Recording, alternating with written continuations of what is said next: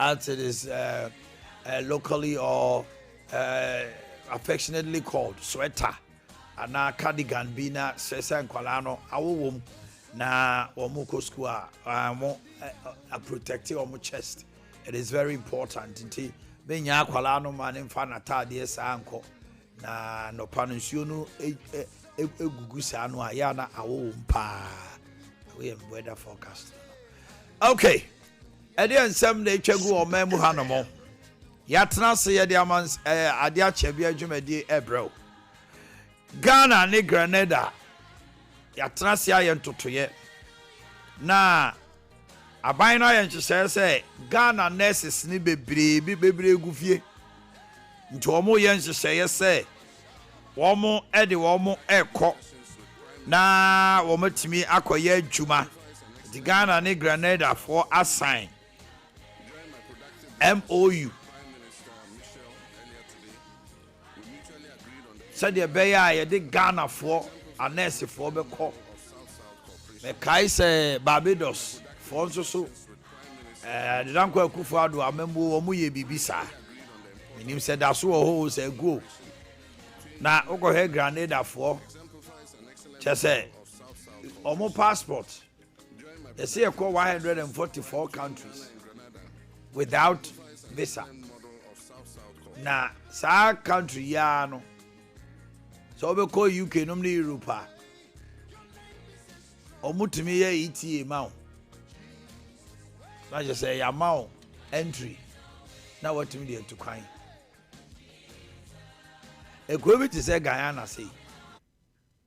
Okwa America no ni Europe. Uka chiro be say, are you a Ghanaian? Which country? Uka say Ghana. I say Guyana. You see, there be Ghana. I say Ghana from Africa, right. They know Guyana more because of tourism. Abrofono e wo no monoko holidays wo esikafuo kuku dam. Ho no mko Chile. Grenada. One population is almost 100,000. 1 billion. 100 million. 1 million. 1 million. Population in 1 million. Yeah, be 30 something million. And so quite a fair book. Yamitiasi. Yara, Omanhene one or more side, Yentin Samba community or the tuja. Ghana and Grenada exemplifies an excellent model of South-South cooperation. During my productive discussions with Prime Minister Michel earlier today, we mutually agreed on the importance of expanding our collaboration in key areas, particularly those that utilize our comparative advantages for mutual growth. In the health sector, Grenada's interest in recruiting Ghanaian nurses and allied health professionals presents a valuable opportunity for structured collaboration between our two countries. Ghanaian health workers have gained international recognition for their professionalism and their compassion.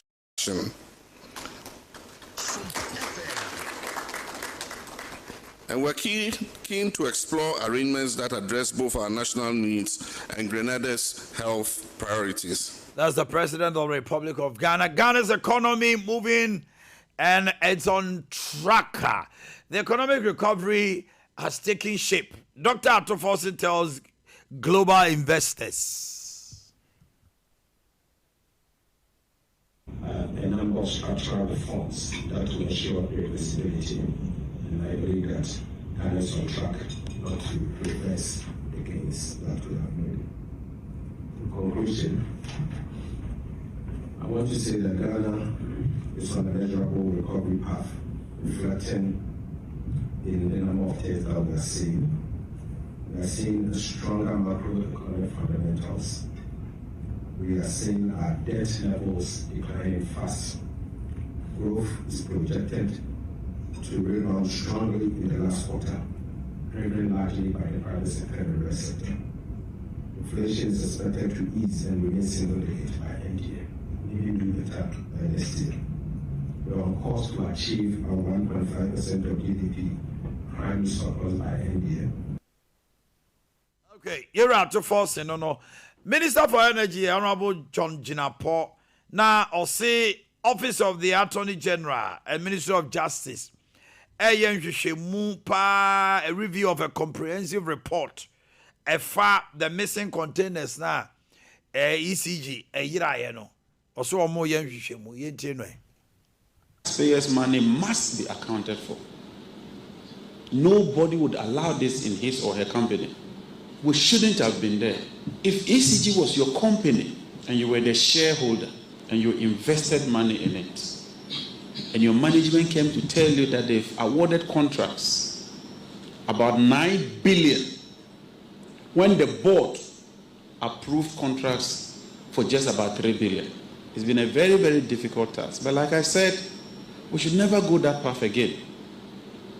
And as minister, I will not tolerate that. If it happened in the past, it must not happen today. We've handed the full document to the Attorney General. He's studying it. And if people are found culpable, I'm very confident that the law will take its course. We are not victimizing anybody. We are doing what is right and what is proper. Okay. Independent power producers. Now, Jinapoya no se sika aban no Ghana aban etua so far they are independent power producers over the years. Now ke betima expand the VRE plant to make power cheaper for Ghanaians. Now for say now IPP no Jinapoya. If you do the economics, and today you look at how much we pay to IPPs every month. If we are taking a bold decision and decide that, look, the tariffs we are charging today, let's escrow those amounts into an account. We're talking of about 70 million every month, US dollars. That is on the back of the envelope, 700, 140, $840 million every year, not cedis, times the number of years the IPPs have been operating. Don't you think that if we had escrowed this money, we could have built more thermal plants with VRA and sell the power at a cheaper price? But the reality is that sometimes we all pretend. So when we have VRA, we say that don't charge tariffs because it's VRA. So we pretend. But when it's IPPs, we are compelled to charge the tariffs. We are compelled to collect the money to charge the. Okay. Nah, Yakuya Nimno Dr. Baumia and Sosuashebo, to deliver world-class development if elected president. I'm on vote you for say or more Casano. Omuma Ghana for Susunhunu, now world-class development, no, and no any day. Citing his record of innovation and digital transformation as proof of his capability. Dr. Baumia highlighted achievements such as Ghana card, mobile money interoperability, and the end and the 16 year ba aban 2016 year ba aban mu be vice president if you watch obia di adanse se me be vice president me din hihye bebre aba Ghana enye sa digital Ghana card ya yede abai we are seeing na Oman very few na ewo ebi was in the world. Very few countries are Ghana card ya yede baye. Very few countries and ewo bi. UK and nibi, America and nibi, Canada and nibi. Say na UK almost pese yebi. But Ghana is one of the leading countries in the whole world with the digital Ghana card. Me share yebaye na me say Usha na untimi mani sika from Vodafone, Echo MTN, and Ase Airtel. Na untimi yisika from Momo account, Echo to bank account, and our bank account, na Echo to Momo account. Na obi mani usika from Abrochria, just Echo Western Union, Echo J. When you na me share, me kase yenye ishishare fufrobi, ye friend of mobile money interoperability. San share no the whole of Africa.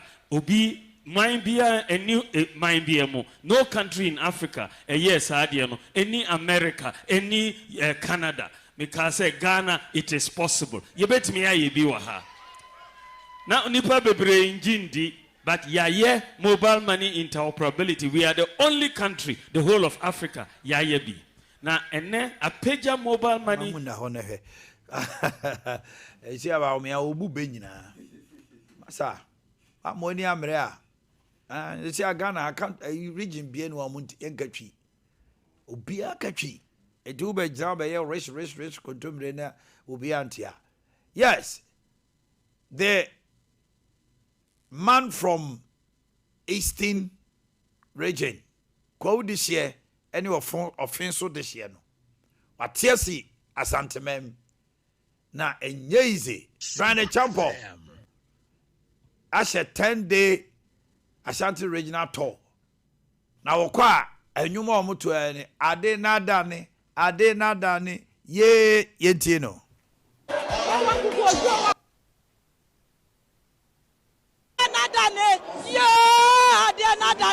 ade nadane ye se kutu se bam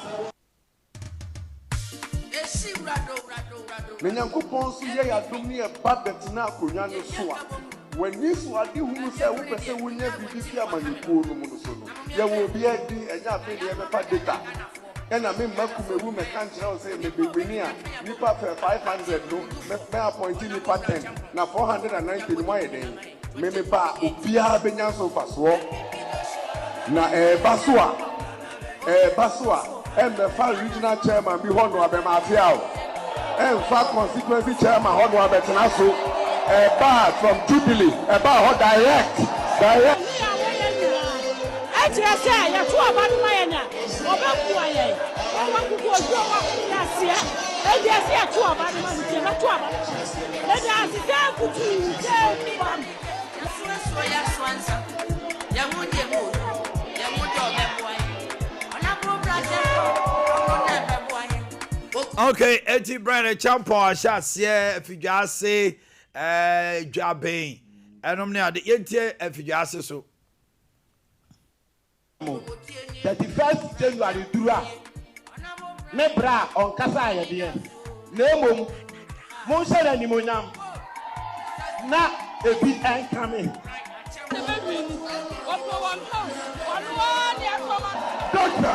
doctor pray and Sompa sakuti yebedu abanu aman inshallah obewuni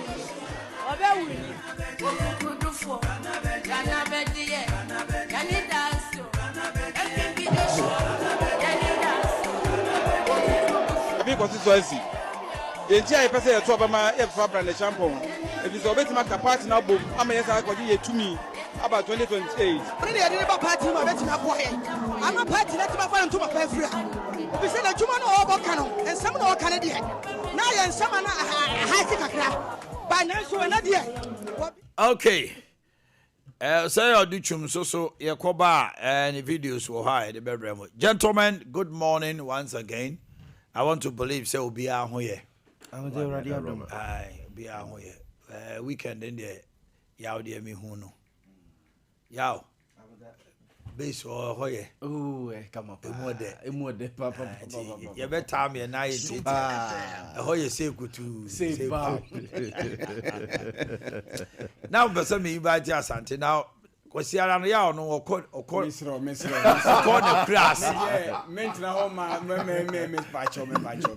Oh, say Yaw quatchma. It's me share time and us. I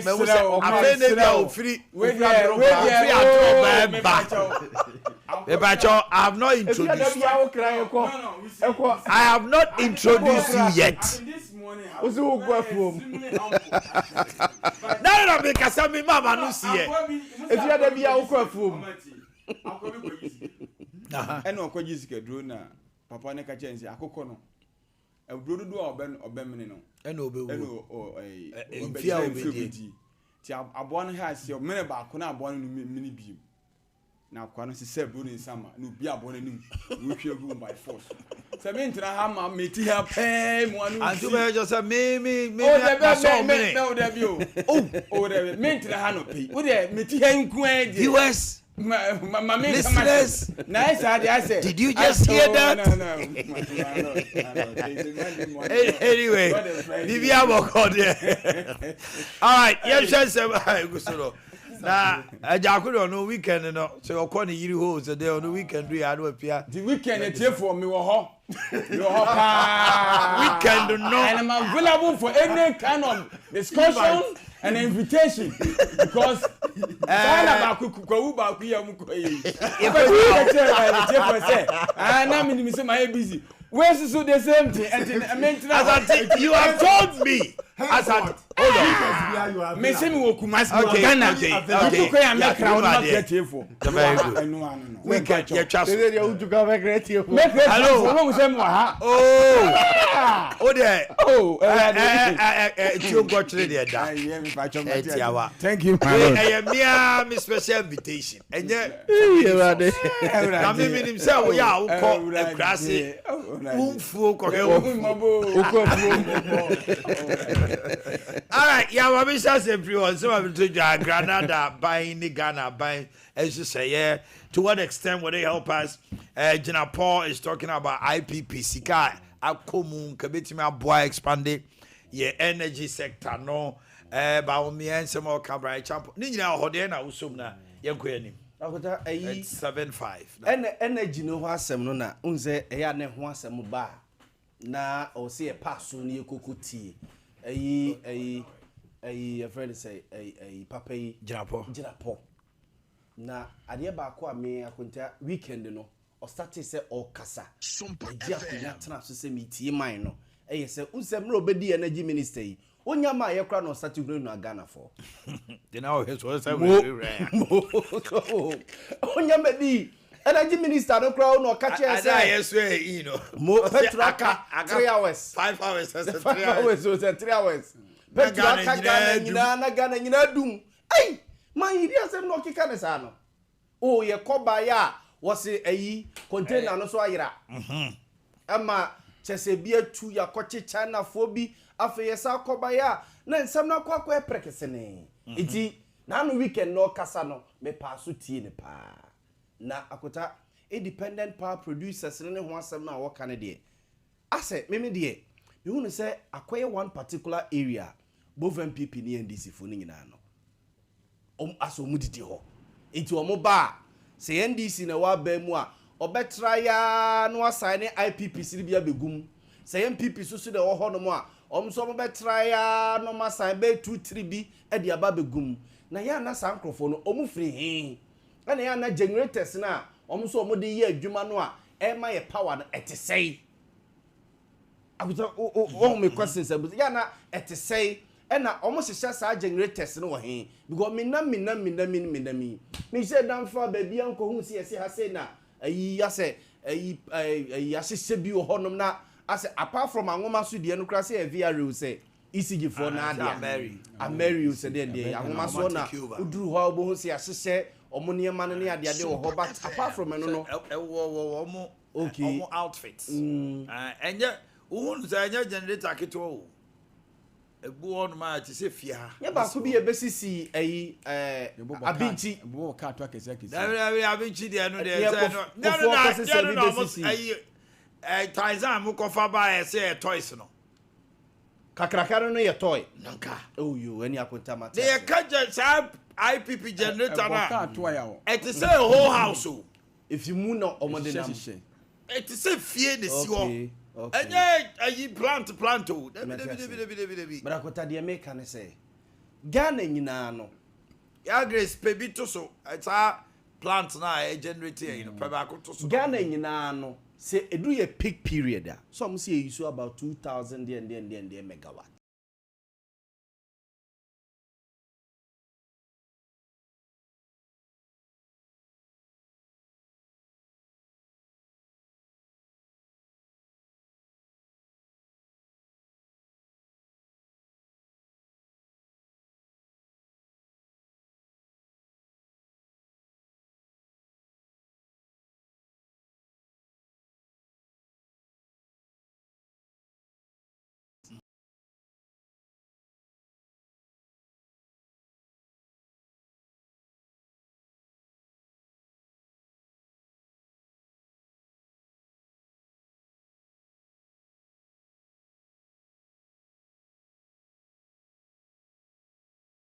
ta sika ye tuama IPPs no o share the quantum say ye ni sa IPPs no sisi a ena sa sika na nyina yetimi generate a ka be ma VR expand ni mfidie ni ade ama ka ometimi ama electricity a cheap ama Ghana na ko tanti sa expansion de na esi ko na nkam ne ba besiso yi se o ka se senye IPPs na akotamra ye wa akosombo ye VR ye obui na ebia ye wo o se ya soso enka na nyina number 3000 no T2 ni T3 no me wo ye nya T2 T3 ni asogle ni ade nyina wo ho e no mbe sensan bi gum nya ka power ne wan nyina be gum akotanti emra ye duru 3000 no so hu na ntimi ntrase say see e ba allow private people ebi o kra akoto mo nye Ghana fo o majority nye mo bebre na nye de minima ya so ne asogle na etuga fede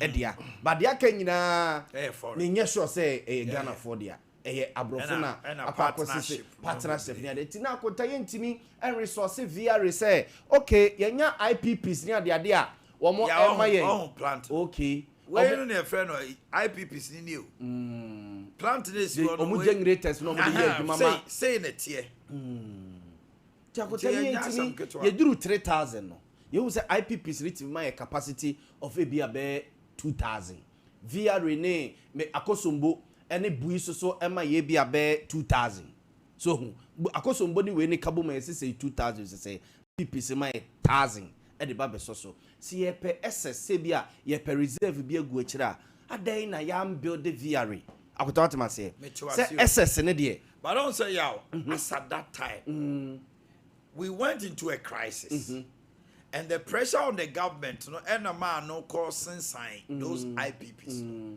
because IPP no machine we no so no it do maybe I will play more buy no since sign no mama time no play money be brace so enye because na pressure on so even after the pressure no, you don't expect me so me kotam uhia me kotam mfidie we and building pharmacy na me buy no what catch me say kania no uhia kania no me so na obetua me ka abra ebianka country bi so hia me ya what you say et say me twande we na what catch me so wo beto na me mfamra oba wo so me use an metua wo ka na ade ne siwa unyusu ya untua me na kota generator ne so wadum na ade ntina sela o si etua ka eno na ba say ada yawe so wadum generator na at that time na o ma me di ba e no na nko obi ba be kwa akwefa akoyusu temi o obi ba be fa akoyusu ba wo se benye dey me famra e na obeso e na me no ya agreement say se me nya de ba e bia nka asante be hia ba wo se wo de ye wa yie enti me nya de ba wa yie na se ne ya dum light so you do light so be nya no me de aba wo betua meka yaw e business akota it's true na ka betima ba say ko betima gibia be 9 and 9 almost assign man almost about 14 because na ehu aba they were going for elections and there was pressure on Dumso and Ghanaians were on John Mahama's neck. So he decided, say, you were plant, Mufamra. It's by the time Omunya ni no na ye were excess capacity. And until I was NDC forecast we solved Dumso. Akota IPPs is see be bromo generators na nyadwuma. So catch your ebia contract ye ne sign no. Yes o ma ye ebia 40 megawatts. Yes, we be copa in reality, maybe on my bed 10. Yeah, but at the end of the day, about the contractor side, it was bad to the extent say we were also supplying them energy. In here, say more fuel. The more fuel, no their power. No their power. Meanwhile, I didn't know what say. Oh, now what say? My high will say for generator bra be mama. I also the Yahweh, and also the sanity. Yeah, Liberty conference. Now, provide the power. Plant na ye debesi wono. Me na top true. Akota. Ye be we conference na top true be 60 million. Akota unse normally. I'm telling you, we do it. Obi say cars ye rent or say me the car na ma. Wa fuel car no. O de ko be bia o de ko ba o be make sure say car no sa de ba be si wono no. yes. And your car. Say generator na sa bi dia. Generator no. Business no sanity. Oh, akota na business fun. Okay. Mama ba sanity na be Omanpanyiku for tamu blame so for toys buy. On it Tarzan. Partially it was true because generators na buy and me am wine. That's right. But no kana wo say no Omanpanyiku for so ni so hu ba ko ni say bui power no. It was expected to be almost 400 to 500 megawatts. 400 megawatts. It cannot give us less than 100. 150. Now, no, or mine, no, yeah, expectation shortfall of 250. Yeah. Until now, Mahama buy and inherited the problem. And I heard any message you can or mine say, in fact, I say, come and me bra. Namima, a bit faka behind me. Namiko question because I come faka behind me. You mean one of the car behind the face. I am me and me be another behind me. But I come and cast for can bra behind one. When we say, who can be our casse? Me cry no manyak no care you mean so only so a day. Waboka. And you know, was Ghana no at that time no. Now we are one who hear him. The one who hear him. Out. The other baby no. And I said, now our bargaining strength so was weak. Our form because the crisis no won't be that. And I can find way now. Baba me de gina podie. Me if you now come my home bra sef to say, Miss Omiana no kakra on. O man bibi wonye ni sumasi. On. Ka wonye ni sumasi say of any pa bia mama review, I investigation. We na hu hia so beka. On my own say. Say je na hwe again. And ye be hu ani say ye chichi obi.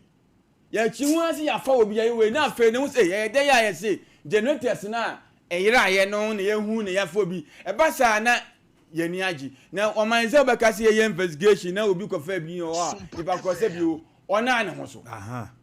Enti me de o ma o say o ma ni actions ye more silent. Na we ya de no even say submarine.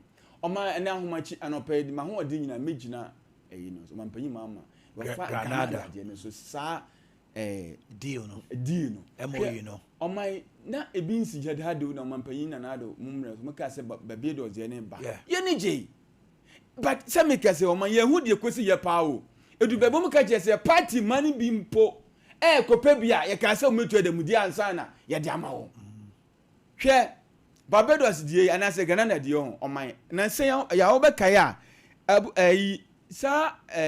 Minister of Labor no I'm feeling that gentleman purple ne passing telemo yes on my business about launch what you say it tells you say me you want the party for on my hair tie e bit say ye wo peacekeeping soldier for ni a police for timi ko some ebia 2 years 3 years abani nyeska so ade ne health keeping be now does it make sense for me say a whole prime minister as a president feel kro maba Ghana no be kan acha bia wo prime minister ye wo ambassadors e wo ho and ambassadors no mo ko dia pa no mo ko ye no how would you know say ambassador who did the negotiation my enye Ghana nko a o enti se no mampanyi bia aban bia be sign this peace help deal this o man no ofri ho ba I was saying kaya fa ambassadors o moduma ne say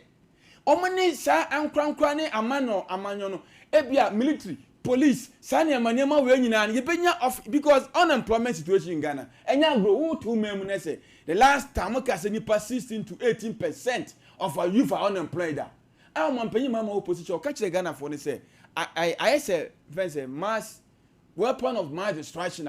One day we are sitting on a time bomb. Enya Ghana and the whole Africa. And this say nyame aboana yenya o maybe almost so oma kwantuo oma kwankran so ma kwantuo wo apomudin mremu na yeso ye o mabru o memo o mutifie 4 years. The last time I buy yerukutu wo 2020 batch from 2021 2022 2023 and 2024 from where we service nyina o mutifie enti dia pa ena ye ma ye mabunu atena fia brese enti no enye Grenada nko a US ye ntwen se Donald Trump na ha ono Ghana ha o ma hada ye wo ambassador wo hodi a ono wondili na muwa na o man ye ho ntoye all right ajako mama na sia no pai na mencha tifo ahwefo na mpacho me pese me so kakra bi on my penny visitor na san odi ekoko Grenada China ne nasefo one thing I'm observing has to do with Africa. Yeah, fabric now.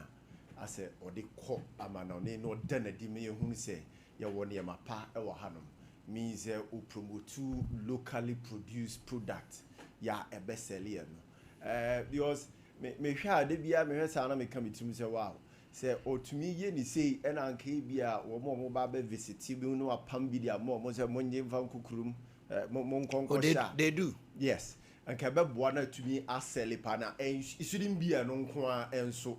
There should be other staffs I don't know so also here nafi or they can need to be promote to yeah new man say worldwide market. On any shoes now guy with Hoffman. Yes. That Ghanaian Hoffman shoes. Watches and so caveman and also child watch caveman watches. Ghana and a Hoffman so. There is one guy be honest on a palm we see it on TikTok. I think yes, I understand to be Abuana promote. And idea do be. Near Kufuado. Mammy, kakra on the energy sector. Quickly. Now, a whole enemy war question be a bisa say. ECG net code VR for revenue now, woman generating. It's a question I'm asking this morning. Say, Sikano Omodi Ade. Woman Cassan so mu generate VR expenditure expenses, in fact, almost spend this Sikana Edeco. Because that day be say you better say electricity in two move bar. Almost say na Fidena say almost share and Fidia say enuntia. But ye bisa say when they are in dying it's a bayam bemua ya no more teso. Ya no hunu baby or modi omuti kwa kwashe. Sikano ayo omojeno. Womo de yeden. Because I have a report before me on mine from 2013 to 2023. It looks as if say revenue womu be generate ni expenditure no they be almost spend the chain womu revenue omunya and have so ohwe so a say afibia nso no omu run at a loss sika no de nko na omode ye ya enu nti omu ankasa ntumi generate sika ni nka say so omu tie omu ka and a machines they wear and tear nti omu esesa machines wires ni adisa de be omu yesa ti eno kwanti na de bia wo mu niska de bia ska on be generate bia no wo mo expenses e so chain wo mo revenue eno kwa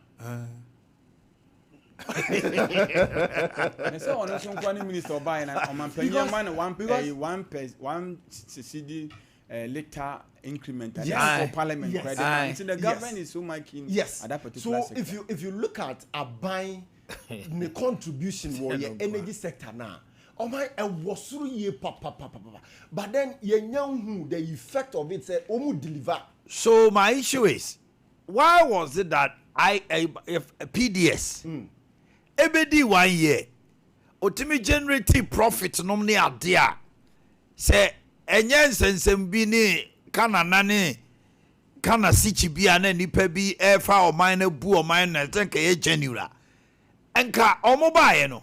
Even workers of ECG, you could see efficiency. Absolutely. You could see promptness. Yes. You could see, say, they were working. Yes. So then what is wrong with Abaya Juma? This is a simple but deep thought question. ECG PDS so man Bibia is on point. Because it was a private venture. Is it because what money are buying or baby are when I'm commoning Kitahudi Bintino, Kakrabi the Fabe and Untiana? Why isn't a buying also asking them these questions? Say, Musikana Mujimiti. Okay, fine. Football. I ran to better say now all the homes and so many other sports are back. Kumazia Santiko Toko, workshop one. Agrono Eguanesa. Barcelona, see a new striker in the person of Arroyo. Manchester United. First time in 10 years. So a new striker, a friend of Maguire. Harry Maguire. It was a season of defenders. Yes. Harry Maguire. It is somebody they are good.